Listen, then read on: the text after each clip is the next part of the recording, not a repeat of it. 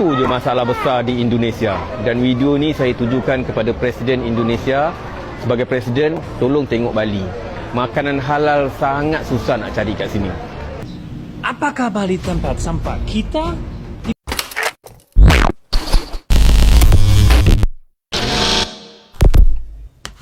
Hai, halo geng, assalamualaikum warahmatullahi wabarakatuh. Berjumpa kembali dengan saya Zainal Story. Sebelum video ini saya mulai, gimana kabarnya kalian semua? Semoga semua yang menonton video ini baik-baik saja, dimurahkan rezekinya, selalu berpikiran yang positif dan dijauhkan dari mara bahaya oleh Tuhan Yang Maha Esa. Indonesia, negara yang luas dan penduduknya itu beratusan juta. Indonesia terkenal sekali beragama Muslim. Bisa dikatakan 70 atau 80% itu negara Muslim ataupun Islam. Tapi tak semua orang Islam. Jadi sebagian ada. Nah, Bali itu wisata yang sangatlah terkenal di Indonesia, yang kebanyakan melancong ke Bali, kebanyakan itu orang luar. Otomatis yang disajikan makanan-makanan kulinernya itu banyak yang non halal. Pertanyaannya, ini ada salah satu pemuda Malaysia mengkritik makanan di Bali tersebut. Dia orang cakap, di Indonesia ini negara Islam, tapi kenapa saya pergi ke Bali nak cari makanan yang halal susah sangat. Dan dia orang itu mengkritik dan meminta kepada pemerintahan kita. Oke, kita tengok dulu kritikannya itu bagaimana, geng. Satu je masalah besar di Indonesia, dan video ni saya tujukan kepada Presiden Indonesia. Sebagai Presiden, tolong tengok Bali. Makanan halal sangat susah nak cari kat sini. Saya berada di airport Bali, daripada mula pintu masuk sehingga saya nak fly, nak cari makanan halal terlalu susah dalam airport di Bali. Jadi sebagai sebuah negara Islam yang ramai rakyatnya beragama Islam, khususnya yang melancong ke Bali, walaupun kita tahu Bali ni banyak Hindu di sini, tetapi ada orang Islam juga, dan ramai orang Islam yang datang ke Bali. Fikirkanlah dan laksanakanlah tempat makanan halal, khususnya di airport dan di banyak tempat. Menurut saya positif juga ya. Saya jujur, geng, saya ini belum pernah pergi ke Bali meskipun saya ini orang Indonesia ya. Dan otomatis saya pun juga tak tahu mana tempat makanan yang non halal dan mana yang halal. Tapi pastinya juga ada ya. Ada pasti yang halal. Mungkin tempatnya itu lebih sedikit daripada yang non halal. Nah, warga Malaysia tadi itu bukan hanya bercerita saja, geng. Dia orang itu pergi melancong ke Bali membuktikan, dan ternyata benar. Katanya dia orang itu di sana memang susah. Dan tadi kita tengok di belakang-belakang itu memang semuanya itu turis-turis ya, geng. Macam orang lokal itu sangatlah kurang di sana ya. Memang Bali itu terkenal para pelancongnya orang luar negara. Bahkan orang luar negara itu ada sebagian yang mengatakan Bali itu bukan Indonesia, padahal Bali itu masuk kawasan Indonesia, geng. Nah, buat sahabatku semuanya yang tengok video ini, apabila tahu makanan di Bali itu bagaimana, apakah benar apa yang dikatakan oleh orang Indonesia, orang Malaysia tadi itu lebih banyak non halalnya daripada yang halal, atau mungkin orang itu belum tahu tempatnya makanan yang halal, silahkan tulis di kolom komentar ya. Nah, di video selanjutnya ini, geng, ini adalah salah satu turis Bali juga. Nah, dia orang itu mencari tempat yang kotor, bukan mencari ya, mungkin yang dia kunjungi itu ngam-ngam tempat yang kotor, geng. Pantai itu sangatlah kotor. Oke, daripada penasaran, kita simak saja videonya. Apakah Bali tempat sampah kita? Di pantai ini banyak sekali sampah plastik cup. Ini dia plastik cup datang dari banyak kota di Indonesia. Ini dari Pelabuhan Ratu. Ini dari Bandung. Ini lagi dari Banyumas. Ini dari Lombok. Ini dari Pasuruan. Ini dari Jember. Ini dari Bantul. Sekarang mulai lagi musim sampah di sini. Paham kan guys, kita konsumsi ini cuma 5 menit, terus sampahnya terdampar di Bali. Menurut kalian ini sampah cup dari Bali atau dari kota lain? Komen di bawah.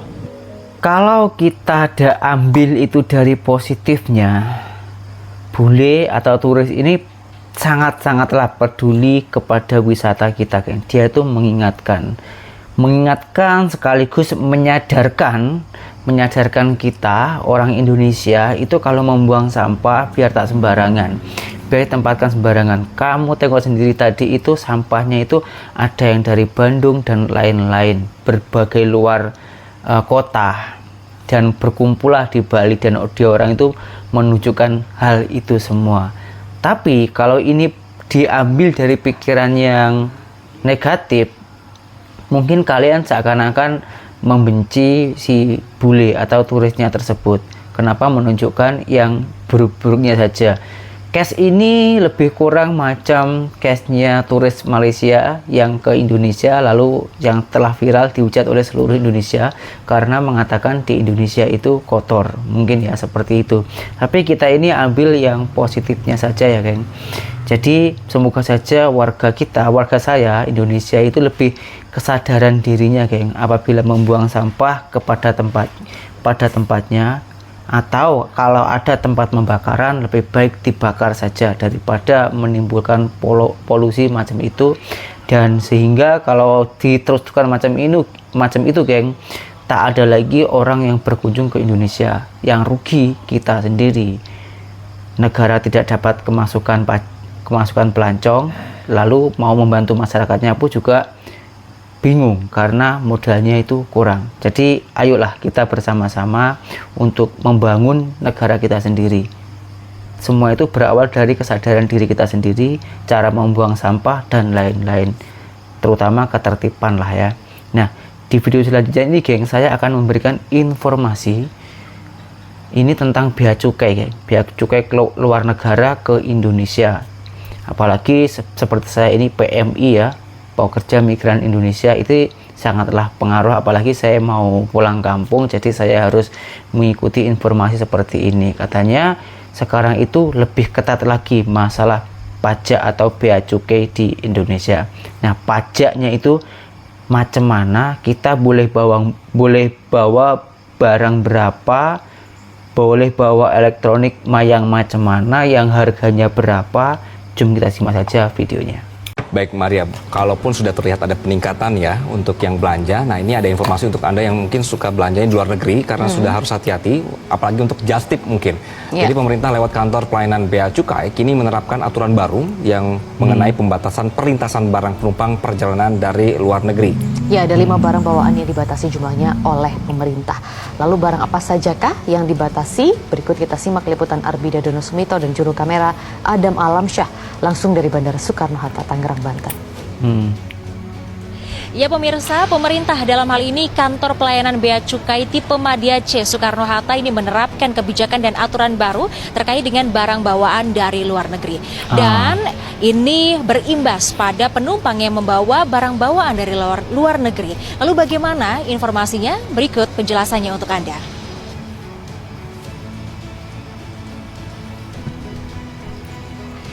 Nah pemirsa, aturan ini berlaku sesuai dengan Peraturan Menteri Perdagangan Nomor 36 Tahun 2023 tentang kebijakan dan pengaturan impor, di mana peraturan ini berlaku sudah sejak pada hari Minggu 10 Maret 2024 lalu melalui Permendak yang berlaku setelah 90 hari, yaitu sejak 11 Desember 2023. Nah, aturan ini ternyata berimbas juga pada penumpang pesawat yang berpergian ke luar negeri. Artinya pemirsa, ini juga akan berimbas pada fenomena just tip atau jasa titip, yaitu membeli barang dari luar negeri dan akan dibawa menuju ke dalam negeri, yaitu Indonesia.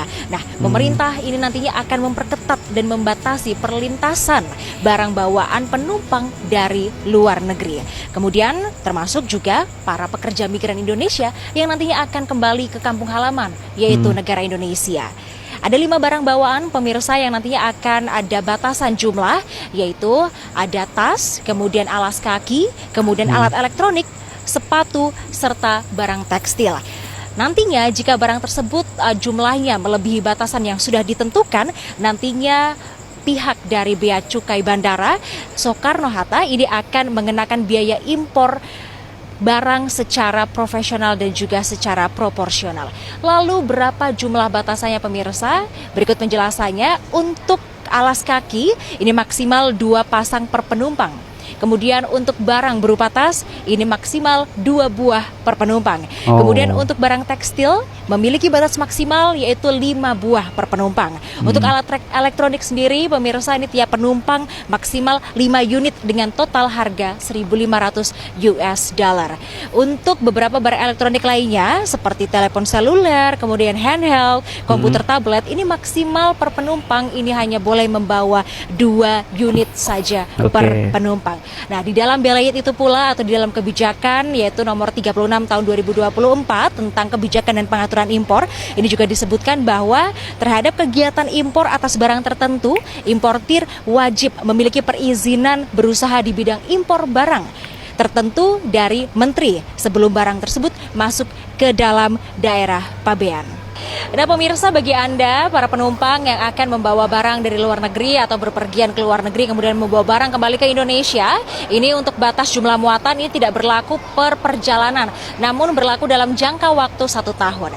Adapun juga aturan ini dibuat oleh pemerintah khususnya kantor Bea Cukai Soekarno-Hatta ini untuk menata kembali kebijakan impornya dengan menggeser pengawasan impor beberapa komoditi barang dari pos border menjadi border. Dari Bandara Soekarno-Hatta, Arbida Donosmito, Adam Alamsyah, Metro TV. Kenapa bawaan barang turis itu harus dibatasi? Kalau video ini yang tengok itu benar-benar PMI, TKI ataupun TKW, seakan-akan wah Indonesia ini mempersulit para pekerjanya atau mempersulit para pahlawan devisa. Seperti saya ini mungkin merasa lebih disulitkan gitu ya. Tujuannya sebenarnya ini adalah membatasi atau mengurangi, bisa mengatakan menstop barang ilegal dari luar negara.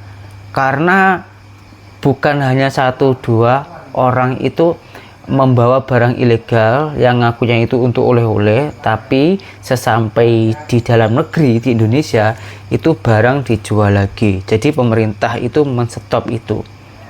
Biar diadakan, biar membawa cukai. Tapi kalau benar-benar PMI macam saya ini ya, misal mau bawa pulang kampung, mau bawa oleh-oleh, mungkin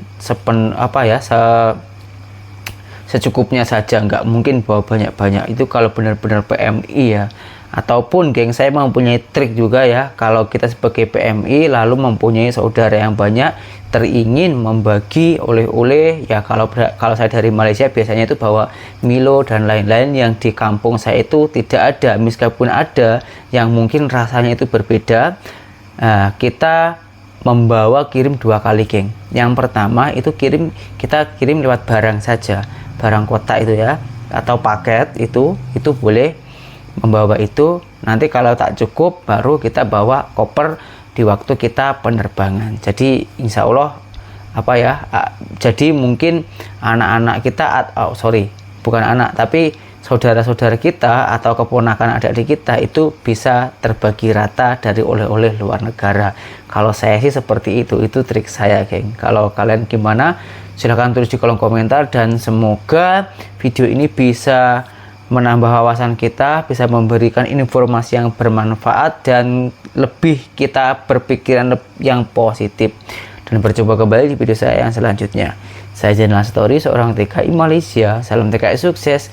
Assalamualaikum warahmatullahi wabarakatuh.